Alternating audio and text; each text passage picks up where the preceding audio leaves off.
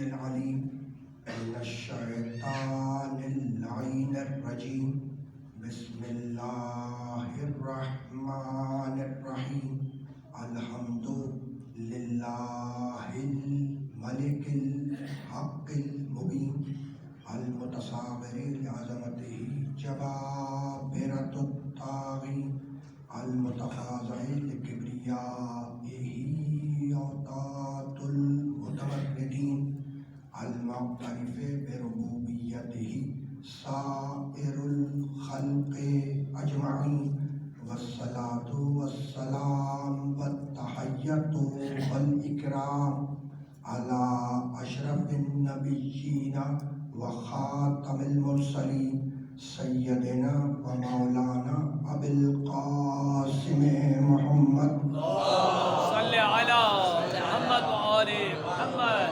وأجل فرجهم أهل بيته الطيبين الطاهرين المعصومين المظلومين أما بعد فقد قال الله سبحانه وتعالى في محكم كتابه المبين بسم الله الرحمن الرحيم أفمن يهدي إلى الحق أحق أن يتبع أمن لا يهدي إلا أن يهدى فما لكم كيف تحكمون صلوات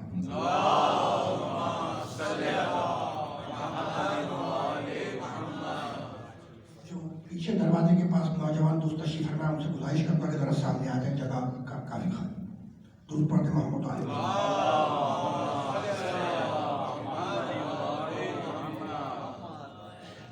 اللہ محترم اس مجلس ارسال ثواب کے لیے میں نے آپ حضرات کی خدمت میں سالانہ کلام میں سورہ مبارکہ یونس کی ایک آیت کی تلاوت کا شرف حاصل کیا۔ سورہ یونس قرآن مجید کا 10واں سورہ ہے اور وہ آیت جس کی تلاوت کا شرف حاصل کیا گیا اس کا نشان 35 ہے۔ 10واں سورہ 35ویں آیت۔ پروردگار عالم اس آیت مبارکہ میں یہ ارشاد فرما رہا ہے کہ افمن یہدی الی الحق احق ان یتبع، ایک وہ ہے جو حق کی ہدایت کر رہا ہے اور دوسرا وہ ہے جو محتاج ہدایت ہے۔ فما لکم کیف تحکمون، تو فیصلہ تم کرو کہ اس کی پیروی کرو گے، اس کا اتباع کرو گے جو حق کی ہدایت کر رہا ہے، یا اس کی پیروی کرو گے جو خود محتاج ہدایت ہے۔ ایک وہ ہے جو حق کی ہدایت کر رہا ہے، دوسرا وہ ہے جو محتاج ہدایت ہے۔ فیصلہ تم پہ چھوڑا، فما لکم کیف تحکمون، کہ تم کیا حکم لگاتے ہو، کیا فیصلہ کرتے ہو کہ اس کی پیروی کرو گے جو حق کی ہدایت کر رہا ہے، یا اس کی پیروی کرو گے جو خود محتاج ہدایت ہے۔ یعنی آیت نے بتلایا کہ ہدایت کرنے والا اور محتاج ہدایت برابر نہیں،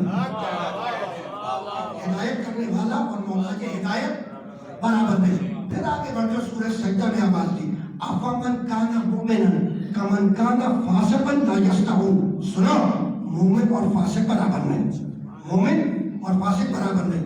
پھر آگے بڑھ کر سورہ حشر میں آواز دی، لا یستوی اصحاب النار و اصحاب الجنہ، سنو جنتی اور جہنمی برابر نہیں، جنتی اور جہنمی برابر نہیں۔ پھر آگے بڑھ کر سورہ مائدہ میں آواز دی، 5واں سورہ، قل لا یستوی الخبیث والطیب، حبیب ان سے کہہ دو کہ طیب اور خبیث برابر نہیں، طیب اور خبیث برابر نہیں۔ ہدایت کرنے والا محتاج ہدایت برابر نہیں، مومن فاسق برابر نہیں، جنتی اور جہنمی برابر نہیں، طیب اور خبیث برابر نہیں۔ قل، میرے محمد ان سے کہہ دو، میرے محمد ان سے کہہ دو، کیا کہہ دو؟ لا یستوی الخبیث والطیب، کہ یہ طیب اور خبیث برابر نہیں۔ قل کے معنی کہہ دو، قل کے معنی کہہ دو۔ اچھا یہ بالکل نوجوان دوست بھی پیچھے بیٹھے ہوئے ہیں، وہ ایک بچہ بھی بیٹھا ہوا ہے، ایک ایسی آیت پڑھ دوں سب کو یاد ہوگی، بسم اللہ الرحمن الرحیم، قل هو اللہ احد، قل میرے محمد کہہ دو، ہوا وہ اللہ ایک ہے، قل میرے محمد ان سے کہہ دو، قل کے معنی کہہ دو، ہوا وہ اللہ اللہ، احد ایک، تو قل میرے محمد ان سے کہہ دو کہ وہ اللہ ایک ہے، ان سے کہہ دو کیا؟ وہ اللہ ایک ہے۔ تو یہ جو قل ہے نا، کہہ دو، اس قل کا تعلق ہے اللہ سے، اللہ اپنے نبی کو کہہ رہا ہے قل میرے محمد ان سے کہہ دو۔ محمد کو کہنا کیا ہے؟ هو اللہ احد کہ وہ اللہ ایک ہے. یہ بات پہنچی. قل کے معنی کہہ دو ہے نا. اس قل کا تعلق ہے اللہ سے. اللہ نبی سے کہا کہ میرے محمد قل ان سے کہہ دو. پیغام کیا دے رہے محمد کو؟ کہنا کیا ہے؟ هو اللہ احد کہ وہ اللہ ایک ہے. یہ بات پہنچ گئی. اور آسان کر دوں, اور آسان کر دوں. وہ پیچھے ایک بچہ بیٹھا ہوا ہے اورنج کلر کی شرٹ میں. اگر میں اس سے کہوں قل کہو بیٹا الف, قل کے معنی کہو, اگر میں بچے سے کہوں کہو بیٹا الف, تو اس کو کیا کہنا چاہیے؟ الف. اور اگر وہ پلٹ کے مجھ سے کہتے کہو بیٹا الف, تو مسئلہ نازک ہو جائے گا. یعنی میں اس سے کہہ رہا ہوں کہو بیٹا الف, وہ میری صورت دیکھ کر کہے کہو بیٹا الف. تو بھائی یہ کہو بیٹے کا تعلق مجھ سے ہے, اس کو فقط الف کہنا ہے. یہ بات واضح ہوئی. یہ جو قل ہے نا کہہ دو, اس کا تعلق اللہ سے. پیغام کیا دینا ہے؟ وہ اللہ کہ وہ اللہ ایک ہے. لیکن کتنا امانت دار نبی ہے جو اپنی مرضی سے قرآن کے قل کو نہیں ہٹاتا, تو کیا دین کو تمہاری مرضی میں چھوڑ کے چلا جائے؟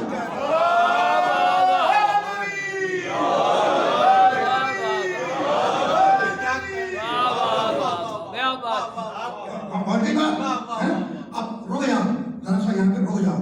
جب قل تک آ گیا میں تو ذرا سا ہوا پہ رک جاؤ. یہ جو ہوا ہے قل کے معنی ان سے کہہ دو ہوا وہ, قل کہہ دو ہو اللہ کہ وہ اللہ ایک ہے. یہ وہ اللہ کون ہے؟ یہ وہ اللہ کون ہے؟ وہ اللہ. یعنی قل اور اللہ کے درمیان میں ایک لفظ ہے ہوا. ہوا کے معنی وہ. اگر ہوا کو ہٹا دے تو جملہ کیا بنے گا؟ قل اللہ احد. قل کہہ دو اللہ احد کہ اللہ ایک ہے. تو جملہ تو مکمل ہے. ہوا کی ضرورت کیا ہے؟ تو اس بات کو یاد رکھیے گا کہ قرآن کا ایک ایک لفظ اور ایک ایک حرف موضوع ہے. یعنی کوئی لفظ اور کوئی جملہ اور کوئی حرف قرآن کا غیر ضروری استعمال نہیں ہوتا. یہی تو موضوع ہے قرآن کا. اس ہوا کا سمجھ لو, اس ہوا کی ضرورت کیا ہے؟ قل محمد کہہ دو ان سے, محمد ان سے کہہ دو, کیا کہہ دو کہ وہ اللہ ایک ہے. وہ وہ کون ہے؟ اب رک جائیں. دیکھیے ہدایت کی دو قسمیں ہیں. ہدایت کی دو قسمیں. ایک فطری ہدایت ہے جو اللہ نے آپ کی فطرت میں ڈال دی. ایک تو ہدایت کی دو قسمیں. ایک فطری ہدایت جو اللہ نے آپ کی فطرت میں ڈال دی. دوسری بیرونی ہدایت جو بتانے سے آئے گی. یہ پہنچ گئی بات ہے نا. تو ہدایت کی کتنی قسمیں ہو گئی جناب؟ آپ نے عمدہ تقریر کی. ایک فطری ہدایت جو اللہ نے فطرت میں ڈال دی ہے نا. دوسری بیرونی ہدایت جو بتلانے سے آئے گی ہے نا. فطری ہدایت جو تمہاری فطرت میں اللہ نے بڑھ دی ڈال دی. فطری ہدایت سنو, 2 گھنٹے کا بچہ, 2 ماہ کا بچہ, 2 دن کا بچہ, اسے تم کیسے سمجھاؤ گے کہ وہ کس طریقے سے اپنے سرچشمے غذا سے غذا کو حاصل کرے؟ الفاظ سے سمجھا نہیں سکتے, اشاروں سے سمجھا نہیں سکتے. اس لیے کہ 2 گھنٹے کا بچہ نہ الفاظ سمجھتا ہے نہ اشارے. تو اگر کوئی فطری ہدایت نہ ہوتی تو وہ بھوکا مر جاتا. کیا بات ہے. بات پہنچی. یہ بزرگ تو تشریف فرمائے, ان سے مخاطب بات پہنچ گئی ہے نا. تو یہ فطری ہدایت بہت توجہ رکھیے. اور آسان کر لو. مجھے معلوم ہے کہ گفتگو تھوڑا سا دقیق ہے اور اصل جہاں سے مجھے گھور گھور کے دیکھ رہے ہیں اس کے گفتگو کو طویل بھی نہیں کرنا ہے. تو جو میں سوچ کے آیا تھا اب میں اس طرف نہیں جا رہا ہوں. اب اس کو تلخیص دے رہا ہوں جو باتیں کرنی تھی ڈیٹیلز میں, ان کو میں سمرائز کر رہا ہوں ہے نا. I am going to summarise. ٹھیک ہے, اب رک جائیے. فطری ہدایت جو اللہ نے تمہاری فطرت میں ڈال دی. ٹھیک ہے, سنو, میں تقریر کر رہا ہوں, آپ تقریر سن رہے ہیں, آپ سب کے چہرے میری طرف ہیں. دروازے سے ایک شخص داخل ہوا. داخل ہونے کے بعد اس نے بیٹھنے سے پہلے آپ کا دامن کھینچا اور دامن کھینچ کر بیٹھ گیا. یعنی جتنی دیر میں آپ مڑ کر دیکھتے وہ دامن کھینچنے والا دامن کھینچ کر بیٹھ چکا تھا. ٹھیک ہے نا. اب میں قسم شرعی کھا کے کہوں, قرآن ہاتھ میں لے کر قسم کھاؤں اور کہوں کہ جناب تمہارا دامن کسی نے نہیں کھینچا, میری بات کو مانیں گے؟ نہیں مانیں گے. کیوں؟ اس لیے کہ فطرت پکار کے یہ کہہ رہی ہے کہ اگر دامن کھینچا ہے تو کوئی کھینچنے والا ہے. دامن کھینچنے والا دامن کھینچ کر بیٹھ گیا. جتنی دیر میں مڑ کر دیکھا وہ بیٹھ چکا تھا. اب میں قسم شرعی کھاؤں, سر پہ قرآن رکھ لوں کہ آپ کا دامن کسی نے نہیں کھینچا, آپ نہیں مانیں گے. کیوں؟ اس لیے کہ فطرت پکار کے کہہ رہی ہے کہ اگر دامن کھینچا ہے تو کوئی کھینچنے والا ہے نا. تو اب اسی سے سوال کر رہا ہوں کہ بتلاؤ کھینچنے والا ایک ہے 3 ہے 25 ہے؟ بھائی تمہاری فطرت کہہ رہی ہے کہ دامن کھینچا ہے تو کھینچنے والا ہے. تو اب تم ہی سے سوال ہے کہ بتلاؤ کہ کھینچنے والا ایک ہے یا 3 ہے یا 25 ہے؟ تو تم پلٹ کے کہو گے جناب یہ تو بتلانے سے آئے گا. اب آپ دیکھ رہے ہیں کہ آپ بتلائیے تو آدھا علم فطرت میں رکھ دیا, آدھا علم بتلانے سے آئے گا. یہ بات بہت صحیح, آدھا علم فطرت میں رکھا, آدھا بتلانے سے آئے گا. اب آ جاؤ اس ہوا کے اوپر. میں کیا چکا ہوں یہ بار بار بھول کے جناب راشد جہاں صاحب قبلہ مدد سے لاؤ نامی جب مجھے دیکھ رہے ہیں تو میں گفتگو کو طویل ہی کروں گا, تلخیص دوں گا ہے نا, اور ظاہر شاہ صاحب بھی دیکھ رہے ہیں. تو اب چھوڑ دی میں نے ساری چیزیں, مجھے بہت تیزی سے آگے جا رہا ہے لیکن لوگوں میں چھوڑے گا. اب آ جاؤ اس ہوا کی طرف. یہ ذہن میں رہے آدھا علم فطرت میں آدھا بتلانے سے آئے گا. آدھا علم فطرت میں آدھا بتلانے سے آئے گا. اور میرے محبت سے کہہ دو ہولنا ہو کہ بولنا, وہ بولنا ایک ہے, بولنا ایک ہے. ٹھیک ہے, کہ بولنا کون ہے, کہ بولنا کون ہے. تو اب یہاں پہ سوال اپنے سامنے سے کرنا چاہ رہا ہوں کہ یہ بتلاؤ کہ بھئی آدھا فطرت میں آدھا بتلانے سے آئے گا. سوال یہ ہے کہ کیا انسان کی فطرت میں خدا پرستی ہے؟ انسان کی فطرت میں اللہ پرستی, خدا پرستی ہے یا نہیں ہے؟ تو آپ رک جاؤ, دلیل سنتے جاؤ ہے نا. ہمیں طے کرنا ہے کہ انسان کی فطرت میں خدا پرستی, اللہ پرستی ہے یا نہیں ہے نا. تو میرے پاس دلائل تو بہت ہیں, بہت ہیں, آیتیں بھی سنا سکتا ہوں لیکن میں آسان کر رہا ہوں لیکن دامن وقت میں گنجائش نہیں ہے نا.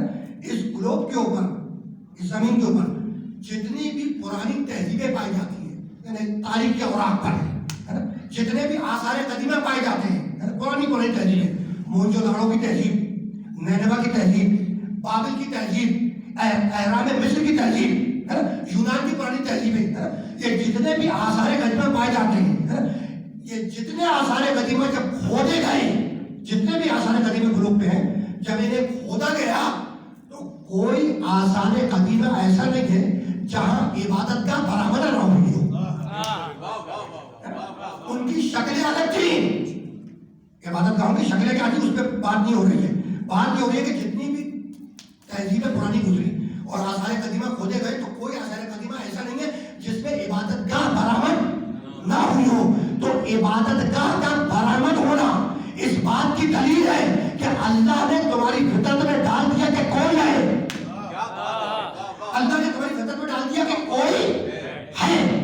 تو فطرت نے بتایا کہ کوئی ہے, کوئی, میرے محمد سے کہہ دو فطرت نے بتایا کوئی ہے اور محمد بتلائے گا ایک ہے, ایک سے زیادہ نہیں ہے.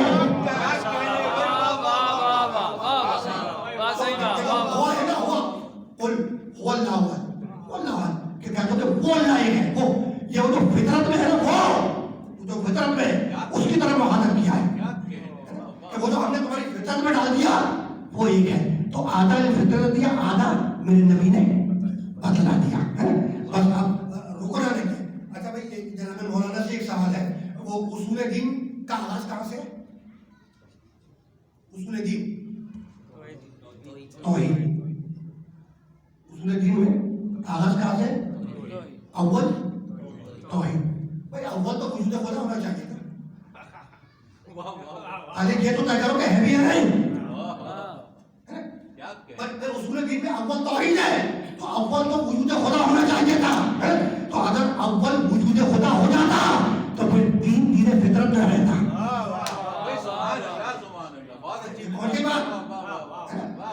چونکہ فطرت میں ڈال دیا کہ کوئی ہے, تو اگر اول وجود خدا ہو جاتا توحید کی جگہ تو دین دین فطرت نہ رہتا ہے نا. اچھا چھوڑو وجود خدا پہ بعد میں بات کرنا, پہلے اپنی بات کرو. وجود خدا پر بعد میں بات کریں گے, پہلے اپنی بات کرو کہ تم ہمیشہ سے ہو یا ہمیشہ سے نہیں ہو. بھائی اپنی بات کرو نا, اپنی بات کہ تم ہمیشہ سے ہو یا ہمیشہ سے نہیں ہو. اگر ہمیشہ سے ہو تو پیدا کیسے کریں گے, اور اگر ہمیشہ سے نہیں ہو تو خالق کو مانتے کیوں نہیں؟ بس اب رکنا نہیں ہے. وہ کائنات کے ذرے ذرے کا خالق ہے. اللہ کائنات کے ذرے ذرے کا خالق ہے. هو اللہ الخالق الباری المصور له الاسماء الحسنى. وہ اللہ ہے, خالق ہے, باری ہے, آدم سے وجود میں لانے والا, المصور تصویر بنانے والا ہے. سبحان اللہ سبحان اللہ. پھر کہتا ہے هو الذی یصورکم فی الارحام کیف یشاء. یہ اللہ وہ ہے جو تمہاری ماں کے پیٹ پہ تمہاری تصویریں بناتا ہے. خلق وہی کرتا ہے, تصویریں وہی بناتا ہے. اب بہت آئے تھے خلقت کے حوالے سے بے تحاشا رکھتے. هو الذی خلق اللیل والنہار والشمس والقمر کل فی فلک یسبحون. هو الذی کے معنی اللہ وہ ہے. هو الذی کے معنی کیا ہے؟ قرآن میں بہت سی آیتیں جو هو الذی سے شروع ہو رہی ہیں. هو الذی کے معنی اللہ وہ ہے. آج شب جمعہ لگی ہے, جمعے کا دن ہوگا. پہلی اور دوسری آیت اس میں بھی ذرا هو الذی کا جو سورہ جمعہ بسم اللہ الرحمن الرحیم یسبح للہ ما فی السماوات و ما فی الارض الملک القدوس العزیز الحکیم هو الذی بعث فی الامیین رسولا منهم. اللہ وہ ہے جس نے امیوں میں سے ایک رسول کو مبعوث کیا. تو هو الذی کے معنی اللہ وہ ہے. هو الذی خلق اللیل والنہار والشمس والقمر کل فی فلک یسبحون. یہ اللہ وہ ہے جس نے رات کو خلق کیا, دن کو خلق کیا, سورج کو خلق کیا, چاند کو خلق کیا. خالق ہے, کائنات کے ذرے ذرے کا خالق ہے. اور پھر جب سورہ بقرہ کی 163ویں آیت پہ آواز دی تو وہ نشانیاں بتلائیں جنہیں دیکھ کر خالق کو پہچانا جائے. بسم اللہ الرحمن الرحیم انا فی خلق السماوات والارض واختلاف اللیل والنہار والفلک التي تجری فی البحر بما ينفع الناس وما انزل الله من السماء من ماء فاحیا به الارض بعد موتها وبث فيها من كل دابة وتصريف الرياح والسحاب المسخر بين السماء والارض لآیات لقوم یعقلون. میں نے اس کے اوپر والی آیت نہیں پڑھی, کبھی پھر سے اس میں توحید کا ذکر ہے. میں کیونکہ آ گیا حقیقت پر ہے نا, اس لیے میں نے وہ روک دی. وَإِلَٰهُكُمْ إِلَٰهٌ وَاحِدٌ وَإِلَٰهُكُمْ إِلَٰهٌ. تمہارا اللہ بس ایک اللہ ہے, لا الہ الا, اس کے سوا کوئی معبود نہیں ہے. هو الرحمن الرحیم, وہ رحمان ہے وہ رحیم ہے. یہ اس کے اوپر والی آیت ہے. اس کے بعد کیا ہے؟ نشانیاں بتلائیں کہ جنہیں دیکھ کر خالق کو پہچانا جائے. کہ لگا اِنَّا فِي خَلْقِ السَّمَاوَاتِ وَالْأَرْضِ, آسمان زمین کی خلقت میں, واختلاف اللیل والنہار, اور دن اور رات کے آنے جانے میں ہماری نشانیاں ہیں. والفلک التي تجری فی البحر بما ينفع الناس, اور سنو سمندروں کے سینے چیر کر چلنے والی کشتیوں میں ہماری نشانیاں ہیں. وما انزل اللہ من السماء من ماء, اور دیکھو تو صحیح کہ کس طریقے سے ہم نے آسمان سے پانی برسایا, تو اس برستے ہوئے پانی میں ہماری نشانیاں ہیں. فاحیا به الارض بعد موتها. سنو یہ مٹی مردہ تھی, زمین مردہ تھی, ہم نے آسمان سے پانی برسایا. جب پانی برسایا تو یہ مردہ مٹی زندہ ہو گئی. تو موت کے بعد زندگی میں ہماری نشانیاں ہیں. میں پوری آیت کا ترجمہ نہیں کر رہا, یہاں پہ میں روک رہا ہوں, یہاں پہ روک دیا میں نے, ہے نا. زمین مردہ تھی, مٹی مردہ تھی, اللہ نے آسمان سے پانی برسایا. جب پانی برسایا تو وہ مردہ مٹی زندہ ہو گئی. موت کے بعد زندگی میں ہماری نشانیاں ہیں. یہ سورہ بقرہ ہے نا. اور 36واں سورہ سورہ یاسین بسم اللہ الرحمن الرحیم وضرب لنا مثلا ونسي خلقه قال من يحيي العظام وهي رميم قل يحييها الذي انشاها اول مرة وهو بكل خلق عليم. بہت زیادہ زحمت سماعت نہیں, لیکن 2-4-5 آیتیں سن دیتا ہوں, ہے نا.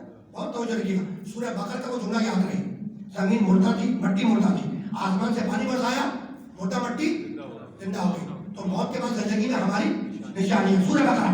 اور سورہ یاسین میں کیا کہتا ہے؟ کمال کی آیت ہے. وَضَرَبَ لَنَا مَثَلًا وَنَسِیَ خَلْقَهُ. بھائی عجیب ہے یہ انسان, ہم پر مثالیں قائم کرتا ہے. وَنَسِیَ خَلْقَهُ, اور اپنی خلقت کو بھول گیا. عجیب ہے یہ انسان. ضرب لنا مثلا, عجیب ہے یہ انسان, ہم پہ مثالیں قائم کرتا ہے. وَنَسِیَ خَلْقَهُ, اور اپنی خلقت کو بھول گیا. قال, یہ انسان کہتا ہے, کیا کہتا ہے؟ میں یحیی العظام وہی رمیم, کہ ان کلی سڑی بوسیدہ ہڈیوں کو کون زندہ کرے گا؟ قل, میرے محمد اسے کہہ دے, یحییھا الذی انشأھا اول مرۃ وہو بکل خلق علیم. انہیں وہی زندہ کرے گا جس نے انہیں آغاز میں پیدا کیا تھا. انہیں وہی زندہ کرے گا جس نے انہیں آغاز میں پیدا کیا تھا. وہ مقامات کیا ہے؟ واپس سورہ بقرہ کی آیت پر آ جاؤ تاکہ میں استدلال مکمل کر دوں. زمین مردہ تھی, اللہ نے آسمان سے پانی برسایا. جب پانی برسایا تو تو وہ مردہ مٹی زندہ ہو گئی. فَأَحْيَا بِهِ الْأَرْضَ بَعْدَ مَوْتِهَا. بھائی جب پانی برس آیا آسمان سے تو وہ مردہ مٹی زندہ ہو گئی. تو وہ اللہ جو پانی کی ایک بوند سے مردہ مٹی کو زندہ کر سکتا ہے، کیا قیامت کے روز اسی مٹی سے بنے ہوئے انسانوں کو زندہ نہیں کر سکتا؟ پہنچے گا بھائی. واہ ہوا بکل خلق علیم، واہ ہوا بکل خلق علیم. اور سنا وہ تخلیق کے ہر پروسیس سے واقف ہے. وہ اللہ خلقت کے تخلیق کے ہر پروسیس سے واقف ہے. یہی سبب ہے کہ جب تمہاری تخلیق پر گفتگو کی تو سورہ مومنون میں اللہ نے پورا پروسیس بیان کیا تمہاری خلقت کا، تمہاری تخلیق کا. سورہ مومنون 23واں سورہ قرآن مجید کا. بسم اللہ الرحمن الرحیم. وَلَقَدْ خَلَقْنَا الْإِنسَانَ مِنْ سُلَالَةٍ مِنْ طِينٍ ثُمَّ جَعَلْنَاهُ نُطْفَةً فِي قَرَارٍ مَكِينٍ ثُمَّ خَلَقْنَا النُّطْفَةَ عَلَقَةً فَخَلَقْنَا الْعَلَقَةَ مُضْغَةً فَخَلَقْنَا الْمُضْغَةَ عِظَامًا فَكَسَوْنَا الْعِظَامَ لَحْمًا ثُمَّ أَنشَأْنَاهُ خَلْقًا آخَرَ فَتَبَارَكَ اللَّهُ أَحْسَنُ الْخَالِقِينَ. یہ اللہ ہماری تخلیق پر، انسان کی تخلیق پر گفتگو کر رہا ہے. پورا پروسیس کیا کہتا ہے؟ وَلَقَدْ خَلَقْنَا الْإِنسَانَ مِنْ سُلَالَةٍ مِنْ طِينٍ. ہم نے انسان کو مٹی کے جوہر سے پیدا کیا. ثم جعلناہ نطفۃ فی قرار مکین، پھر نطفہ بنا کے رہنے مادہ میں منتقل کر دیا. ثم خلقنا النطفۃ علقۃ، پھر اس نطفے کو جمع میں خون بنایا. فخلقنا العلقۃ مضغۃ، پھر اس جمع میں خون کو گوشت کا لوتھا بنایا. فخلقنا المضغۃ عظاما، پھر اس گوشت کے لوتھے میں ہم نے ہڈیاں اگائی. فکسونا العظام لحما، ان ہڈیوں پہ ہم نے کھال چڑھائی. ثم انشأناہ خلقا آخر، اور آخر میں ہم نے اس کے اندر روح پھونک دی. تو اتنی نجاستوں سے تمہیں اتنا پاک بنایا، پھر بھی اس کو سجدہ کرنے کو تیار نہیں. دیکھو تو آیت کے تیور کو دیکھو. سورہ نحل میں کہتا ہے 16واں سورہ، خلق الانسان من نطفۃ فاذا هو خصیم مبین. بھائی عجیب ہے یہ انسان، بنا ہے نطفے سے اور ہم سے جھگڑا کر رہا ہے. بنا ہے نطفے سے اور ہم سے جھگڑا کر رہا ہے. یہ ہم کون ہیں؟ ہم ابھی پھر سے اسی کے دامن میں کوئی گنجائش نہیں ہے. تو اتنی نجاستوں سے تمہیں اتنا پاک بنایا، پھر بھی اس کو سجدہ کرنے کو تیار نہیں. آپ نے بھائی سجدہ تو آپ بھی کرتے ہیں، سجدہ تو میں بھی کرتا ہوں. یہ سجدہ ہے کیا؟ یہ سجدہ ہے کیا؟ جس اینگل سے میں سمجھانا چاہ رہا ہوں ذرا سمجھ لیں. اور بات اب اس مرحلے سے بہت زیادہ آگے نہیں جائے. بھائی سجدہ آپ بھی کرتے ہیں، سجدہ میں بھی کرتا ہوں. یہ سجدہ ہے کیا؟ تو سنو، پیشانی کو، سر کو مٹی پہ رکھ دینا اللہ کی بارگاہ میں، اور اس کی بے عیبی کا اعلان کرنا، اس کی بے عیبی کا اعلان کرنا. سبحان ربی الاعلی و بحمدہ. یہ دیکھو شب جمعہ لگی ہوئی ہے، شب جمعہ ہے نا. سبحان ربی الاعلی و بحمدہ. یہ سبحان یہ بنا ہے تسبیح سے، اور تسبیح کے معنی ہے کسی چیز کی بے عیبی کا اعلان کرنا، کسی چیز کی بے عیبی کو بیان کرنا، اعلان کرنا ہے نا. اور وہی پہلی آیت سورہ جمعہ کی یسبح للہ ما فی السماوات و ما فی الارض الملک القدوس العزیز الحکیم. اس زمین و آسمان کا ذرہ ذرہ اللہ کی بے عیبی کا اعلان کر رہا ہے. سجدہ کیا ہے بھائی؟ پیشانی کو، سر کو مٹی پہ رکھ دینا اللہ کی بارگاہ میں، اور اس کی بے عیبی کا اعلان کرنا. اس کا نام ہے سجدہ ہے نا. کبھی تم نے غور کیا کہ یہ سر جو تم نے مٹی پہ رکھ دیا اللہ کی بارگاہ میں، اس سر میں ہے کیا؟ سنو، دیکھنے کی طاقت سر میں، سننے کی طاقت سر میں، بولنے کی طاقت سر میں، چگنے کی طاقت سر میں، سوچنے کی طاقت سر میں، چبانے کی طاقت سر میں. ہر وہ طاقت، ہر وہ شے جو انسان کو انسان بنائے وہ سر میں ہے. ہر وہ طاقت، ہر وہ شے جو انسان کو انسان بنائے وہ سر میں ہے. اور اس سر کو تم نے اللہ کی بارگاہ میں رکھ دیا کہ مالک تم نے ہی یہ طاقتیں عطا کی تھی، ان ساری طاقتوں کو تیری نظر کر رہا ہوں. اس کا نام ہے سجدہ. اس کا نام ہے سجدہ. تم بھی کرتا ہو، میں بھی کرتا ہوں، لیکن اس آگے سے بھی تو سوچو نا. ایک دفعہ پھر سنو تاکہ نتیجہ دیکھو. سجدہ ہے کیا؟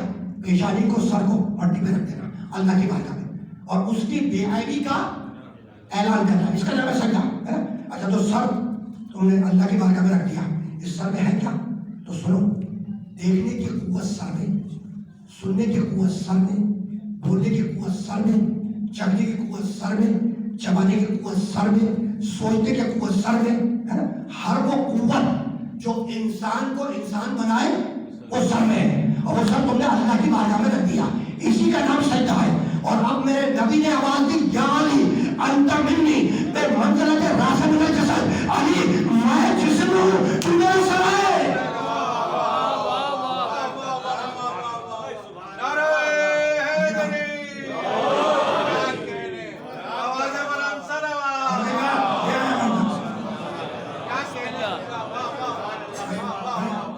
یہ ساری تمیزیں تھی نا توحید اور نبوت کی، اسی جملے کے لیے تھی۔ ہر وہ شے جو انسان کو انسان بنائے سر میں، اس سر کو اللہ کے بارگاہ میں رکھ دیا، یہی ہے سجدہ، ہے نا؟ اور اب نبی نے کیا کہا؟ اچھا یہ متفق بین الفریقین روایت ہے، میں اپنے والد اللہ کی طرح وہی روایتیں پڑھتا ہوں جو علماء اسلام نے نقل کی ہوں، اپنے گھر کی کتاب، فقط اپنے گھر کی کتاب کی نہیں، تو سب نے نقل کی ہوں، ٹھیک ہے نا؟ اب سر تم نے رکھ دیا پیشانی، ہے نا؟ اللہ کی بارگاہ میں سر کی قیمت دیکھو، سجدے کی قیمت، ہے نا؟ نبی نے کیا کہا؟ یا علی انت منی بے منزلت راس من الجسد، علی نسبت یہی ہے، نسبت یہی ہے کہ میں جسم ہوں تو میرا سر ہے۔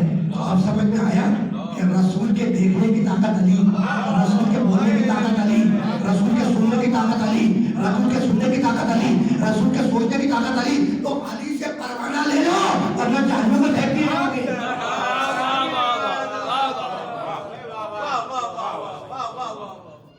علی سے کیا لے لو؟ پروانہ لے لو۔ بھائی یہی تو عالم اسلام کے بہت بڑے بزرگ نے فرمایا، بہت بڑے بزرگ سے روایت ہے، عالم اسلام کے بہت بڑے صحابی رسول ہیں، حضرت صدیق رضی اللہ تعالیٰ عنہ سے روایت ہے، وہ فرماتے ہیں لا یجوز کوئی بھی پل صراط کو پار نہیں کر سکتا جب تک علی سے پروانہ نہ لے والے۔ میں نہیں کہہ رہا، حضرت صدیق فرما رہے ہیں، ان سے روایت ہے۔ کیا ہے روایت؟ روایت یہ ہے کہ وہ فرماتے ہیں کہ کوئی بھی پل صراط کو پار نہیں کر سکتا جب تک علی سے پروانہ نہ لکھوا لے، جب تک علی سے پروانہ نہ لکھوا لے، ہے نا؟ میں ہاتھ جوڑ کے عرض کروں کہ مسلمان تو نبی سے لکھوانے کا عادی نہیں ہے، علی سے کیا خاک لکھوائے گا؟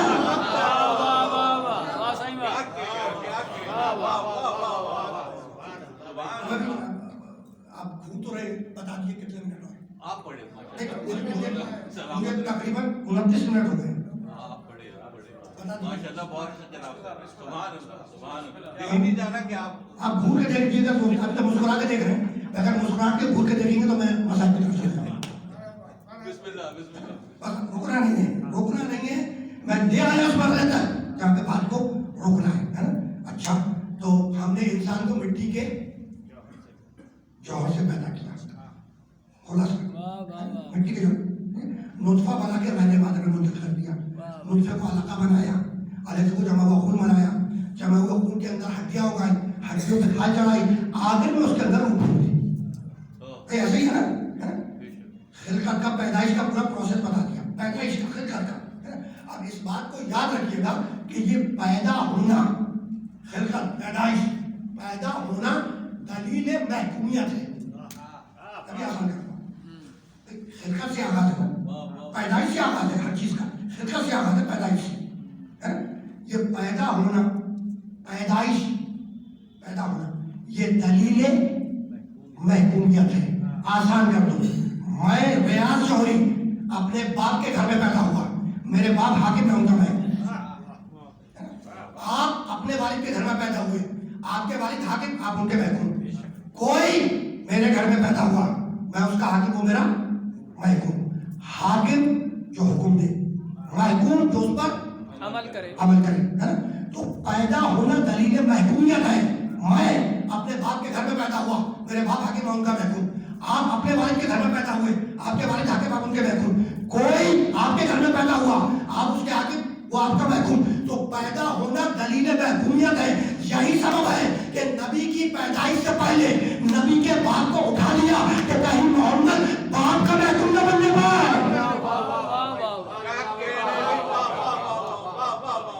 فتویٰ سمجھ میں آیا؟ پیدا ہونا دلیل محکومیت ہے۔ حاکم اور محکوم کو پاکستان کا شہری نہیں سمجھے گا تو کون سمجھے گا؟ ظاہر ہے کہ ویسٹرن کنٹریز میں جو ہے وہ مذاہب، وہ اعلام اور وہ زبردستی ہے نہیں، ہم ہی سمجھیں گے اس کو حاکم اور محکوم. 75 سال سے جو وہ حکم سنتے آ رہے ہیں، ہے تو یہی ایسا ہے یا نہیں؟ بالکل ایسا یعنی ڈکیتی، چوری، ہر قسم کے جو اعلام ہیں ان کو فیس کر رہے ہیں اور زندگی گزار رہے ہیں. یعنی اب تو ایک نیا ٹرینڈ نکلا ہوا ہے، موبائل فون اسنیچنگ کے اور چھیننے کے چکر میں بھی گولی لگ رہی ہے. پہلے عقیدے کی بنیاد پہ ہم مارے جا رہے تھے، عقیدے کی بنیاد پہ، اسے کہ علی سے محبت ہے، حسین کا ماتم کرتا ہے، اور اب یہ کہ ہر دوسرا آدمی جس کے پاس سے موبائل چل رہا ہے وہ بھی مومن نکل رہا ہے. یہ منطق سمجھ میں نہیں آیا، یہ منطق بھائی اس ہفتے کی بات ہے. 2 سے 3 تو میرے پاس مجھے بتایا میرے دوست، آج ہی ایک لڑکے کو 22 23 24 سال کی اس کو گولی چلی. 2 دن پہلے ایک مولانا پہ گولی چلی تھی، شکر ہے پروردگار کے وہ بچ گئے، آ گئے. میں نے فون کر کے معلوم کیا تھا، گھر پہ بھی آ گئے. تو یہ نظام آج تک ہماری سمجھ میں نہیں آیا، اب ہمارے سمجھ میں یہ نظام نہیں آیا. اور جانتے ہو اللہ کیا کہتا ہے؟ اللہ قرآن میں کہتا ہے من قتل نفسا بغیر نفس اور فساد فی الارض کأنما قتل الناس جميعا ومن احیاها فکأنما احیا الناس جميعا. جو بھی ناحق کسی انسان کو قتل کر دے اس نے پوری انسانیت کا قتل کر دیا، اور جس نے ایک کو بچا لیا اس نے پوری انسانیت کو بچا لیا. تو ایسے منحوس معاشرے میں اس سے بہتر پیغام اور کیا ہو سکتا ہے؟ کیا کہنے. شاہ صاحب آپ ناراض نہیں ہوئیے گا، اب مجھے کہنا پڑ رہا ہے اس لیے کہ ابھی ہفتے بھر پہلے جو ہے نا جو میری سیکیورٹی پہ کورٹ کے آرڈر پہ جو لوگ گزرے ہوئے تھے پولیس والے کورٹ کے آرڈر پہ، تو پتہ نہیں انہوں نے نہیں دیے تھے کورٹ کے آرڈر پہ، وہ بھی جو انہوں نے واپس بلوا لیے. یہ اب ظاہر بات تو چھوڑے گی، اس لیے کہ تم چاہ رہے ہو کہ ہم علی کا ذکر کرنا چھوڑ دیں گھر میں بیٹھ جائیں، ہے نا؟ چونکہ ہمارا کسی مذہبی سیاسی پارٹی سے تعلق نہیں ہے، ہمارا کسی مذہبی سیاسی اور سیاسی پارٹی دونوں میں سے کسی کا تعلق نہیں. مذہبی سیاسی پارٹیاں الگ ہیں، سیاسی الگ ہیں. چونکہ ہمارا کسی مذہبی سیاسی پارٹی سے تعلق نہیں ہے، اور آپ کے شہر کے ملک کے اداروں میں وہ لوگ بیٹھے ہوئے ہیں کہ جن کا تعلق، جن کا رجحان، جن کے نظریات مذہبی سیاسی پارٹی کی طرف ہیں، ایک ہی افسر سے ہے نا. لیکن اس نے یہ حشر کر دیا کہ 2 آدمی واپس بلا دیے تاکہ دوسروں کو تبرک کا موقع مل جائے مار کے بھاگنے کا. یہ جان کے میں آن ریکارڈ لا رہا ہوں، جان کے لا رہا ہوں، جان کے. اس لیے اگر خدا نہ خواستہ کچھ ہوتا ہے، دیکھو بھائی میں ممبر سے سیاست بیان نہیں کر سکتا، برداشت کر لو، میں ذاتی باتیں کرنے کا عادی نہیں ہوں، ممبر سے میں ذاتی باتیں کرنے کا عادی نہیں ہوں، ہے نا. میں ممبر سے سیاسی گفتگو نہیں کرتا ہوں، ہے نا، نہ ذاتی بات کرتا ہوں نہ سیاسی گفتگو نہیں کرتا ہوں، ہے نا. تو میرا کوئی ایجنڈا نہیں ہے سوائے ذکر محمد و آل محمد کی، ہے نا. ایسا ہے نہیں، اگر میں کسی مذہبی سیاسی پارٹی کے امریکہ میں آ جاؤں تو میرے مسائل حل ہو جائیں گے. یہ کام ہمارے باپ دادا نے نہیں کیا، دونوں آئے جاتے، جب باپ دادا نے نہیں کیا تو ہم کیوں کریں؟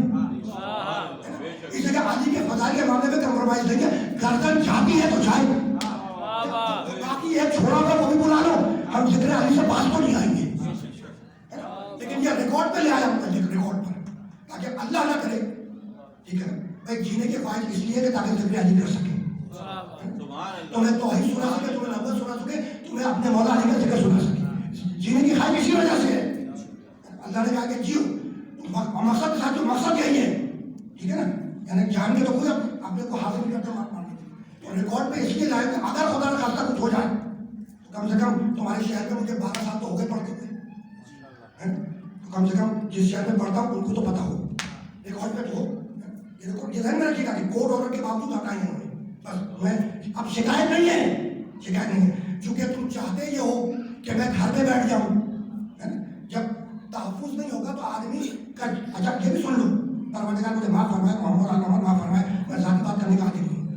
یہ بھی سن لو، ڈیٹا اٹھا کے چیک کروا لیے گا شہر کا، اگر کوئی مجالسوں کا میٹنگ ہوتا ہے آپ کے شہر کی کچی آبادیوں میں، ڈیفنس کلسٹر کی بات نہیں کر رہا، بڑے بڑے جو امام بارگاہ ہیں شہری علاقے میں، خالی ان کی بات نہیں کر رہا، میں خصوصیت کے ساتھ بات کر رہا ہوں کہ آپ کے شہر کی کچی آبادیاں جہاں پر لوگوں کی بڑی گاڑیاں جا نہیں سکتی ہیں، سب سے کثرت کے ساتھ مجالس میں علاقوں میں جا کے میں باوجود بیٹھا ہوں، اگر کہو گے تو کس شہری علاقے کہتا ہوں، یعنی علاقوں میں جہاں لوگ گھبراتے ہیں، کسی کی بڑی گاڑی جا نہیں سکتی، پیدل جانا پڑتا ہے، خوف احترام تو ہوتا ہے علاقوں میں، اس لیے 25 گھر شیعوں کے 15 گھر ہیں.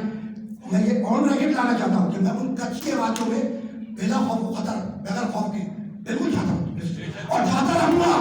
تم نے جو دیا ہوا وہ بھی ہٹا لو تو بھی جاتا رہوں گا، تاکہ اگر مارا کرو تو کم سے کم یہ تو تم کہو گے نا کہ علی کا ذکر کرتا تھا اس لیے مارا گیا. اندر کے لوگ شامل ہیں، بس اب رکنا نہیں ہے، اس مرض سے آگے جانا ہے. تو حاکم جو حکم دے، حاکم محکوم جو اس پر عمل کرے، ہے نا. تو پیدا ہونا دلیل محکومیت ہے. میں اپنے باپ کے گھر میں پیدا ہوا، میرے بابا کے میں ان کا محکوم. تم اپنے والد کے گھر میں پیدا ہوئے، تمہارے والد حاکم تم ان کے محکوم. کوئی تمہارے گھر میں پیدا ہوا تو اس کے آگے وہ تمہارا محکوم. تو پیدا ہونا دلیل محکومیت ہے. یہی سبب ہے کہ نبی کی پیدائش سے پہلے نبی کے باپ کو ہٹا دیا، اٹھا دیا کہ محمد کہیں باپ کا محکوم نہ بننے پائے. تو جسے باپ کا محکوم نہ بننے دینا تھا اس کے باپ کو ہٹا لیا، اور جس کے باپ کو نہیں ہٹایا اسے باپ کے گھر میں پیدا نہیں کیا، اپنے گھر میں پیدا کیا.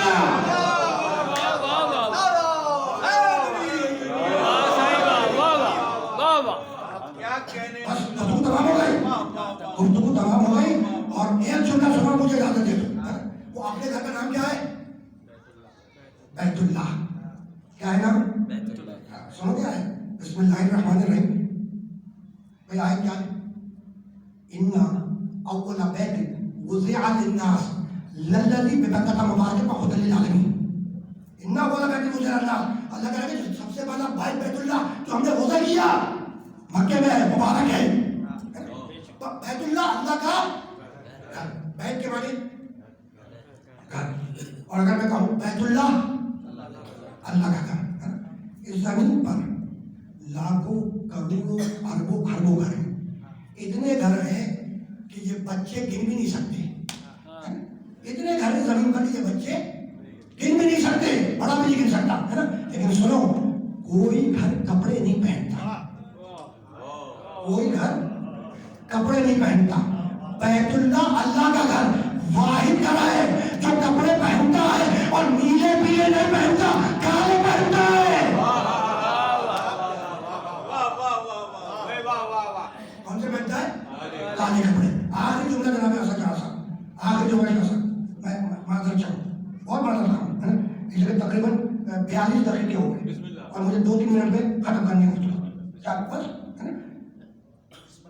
کالے کالے کپڑے، کالے کپڑے، نیلے پیلے نہیں، کون سے؟ کالے کپڑے پہنتا ہے. اب ایک سوال کروں گا اور بات مکمل کر دیں گے. یہ بتاؤ کہ یہ کعبے کے اوپر کالی چادر، کالا حجاب، کالا کپڑا ڈالنے کی ضرورت کیا تھی؟ یہ ذہن میں رہے کہ ایام فاطمہ چل رہا ہے اور اسی جملے میں میں تقریر اختتام پذیر کروں. ابھی میں مسائل تک نہیں گیا، فضائل کا جملہ سنو، وہی کا مسائل تک کروں. کعبے کے اوپر کالا کپڑا، کالی چادر، کالا حجاب ڈالنے کی ضرورت کیا تھی؟ ہے نا صاحب؟ اچھا، 2 چیزیں ہیں، 2. ایک ہے بیت اللہ، خانہ کعبہ اللہ کا گھر. دوسرے کہلاتے ہیں حدود حرم. حدود حرم، حدود حرم کے شرائط اور ہیں.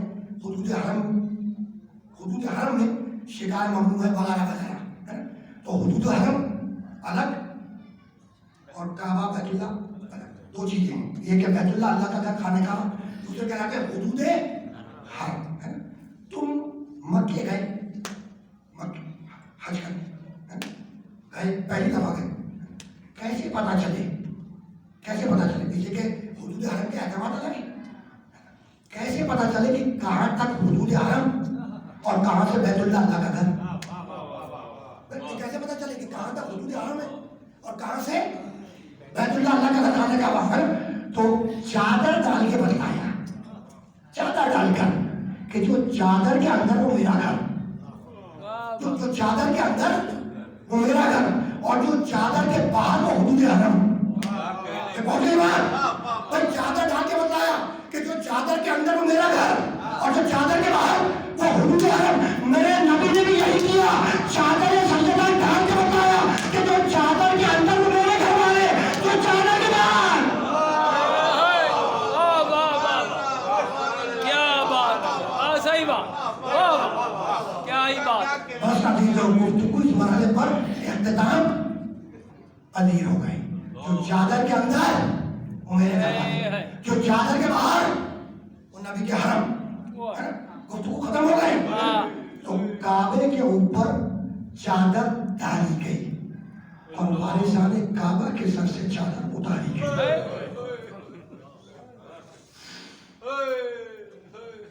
وارثان کعبہ کے سر سے چادر اتاری گئی. جانتے ہو جن بیویوں کے سروں سے چادریں کھینچی گئی وہ ہمارے آخری نبی کی نواسیاں تھیں، محمد مصطفیٰ کی صلی اللہ علیہ وسلم کی نواسیاں تھیں. اچھا، ان سیدانیوں کے سروں سے فقط چادریں نہیں کھینچی گئی، ان کے ہاتھوں میں رسیاں بھی تو باندھی گئی. اور فقط ہاتھوں میں رسیاں نہیں باندھی گئی، انہیں قیدی بنا کر کوفے اور شام کے بازاروں سے گزارا بھی تو گیا. اور خاموشی کے ساتھ نہیں گزارا گیا، خاموشی کے ساتھ نہیں گزارا گیا. نامحرموں کے مجموعوں کے درمیان سے نبی زادیاں گزر رہی تھی اور منادی یہ آواز دے رہا تھا کہ یہ محمد مصطفیٰ کی نواسیاں جا رہی ہیں، یہ فاطمہ زہرا کی بیٹیاں جا رہی ہیں.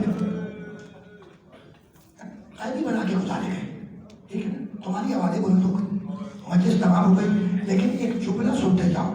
دیکھو، اس دنیا میں قید ہو جانا کوئی نئی بات نہیں ہے. اس دنیا میں قتل ہو جانا کوئی نئی بات نہیں ہے. لیکن یہ نئی بات ہے کہ مسلمان جس نبی کا کلمہ پڑھ رہا تھا اسی کی بیٹیوں کو دربار میں لے آیا.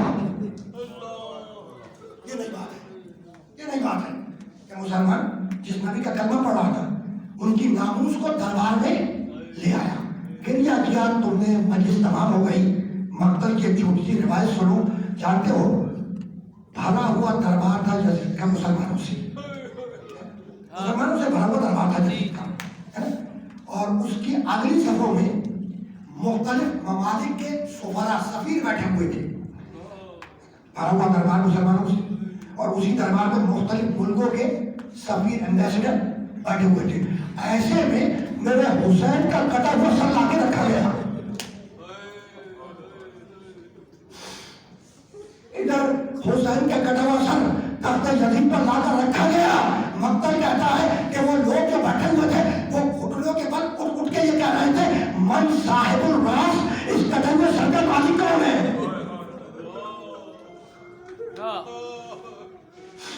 من صاحب الراس، اس کٹے ہوئے سر کا مالک کون ہے؟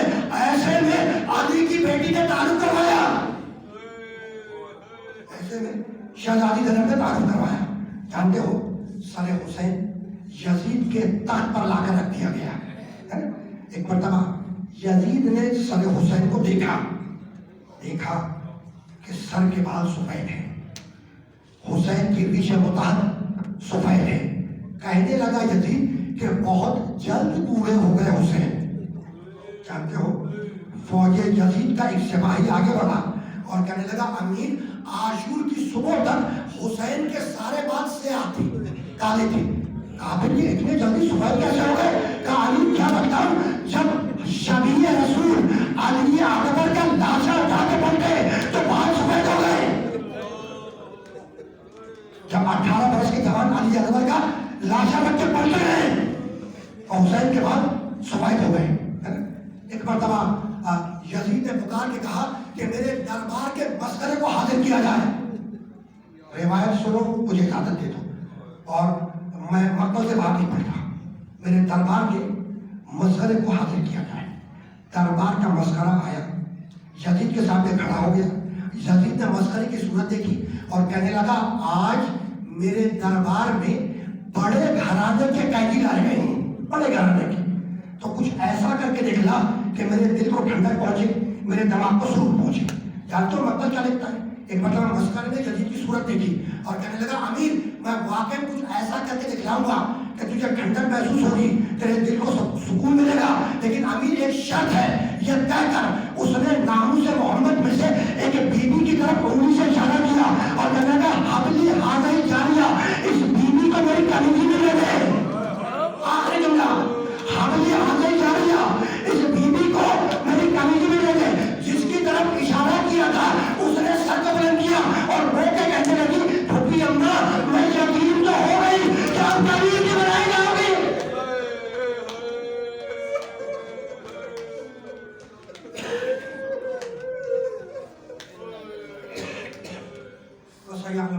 لهم أيام منقلب ينقلبون ربنا تقبل منا إنك أنت السميع العليم. پروردگارا اس عبادت کو قبول فرما. آمین. مالک ذکر محمد و آل محمد کے صدقے میں جن پر ان کے لیے سارے ثواب ہے ان کے درجات بلند فرما, ان کی مغفرت فرما, ورثہ کو صبر جمیل عطا فرما. مالک ہمیں محمد و آل محمد کے بتائے ہوئے اصولوں پر زندگی گزارنے کی توفیق عطا فرما. پروردگار امام زمانے کے ظہور میں تعجیل فرما. میں گزارش کروں گا جناب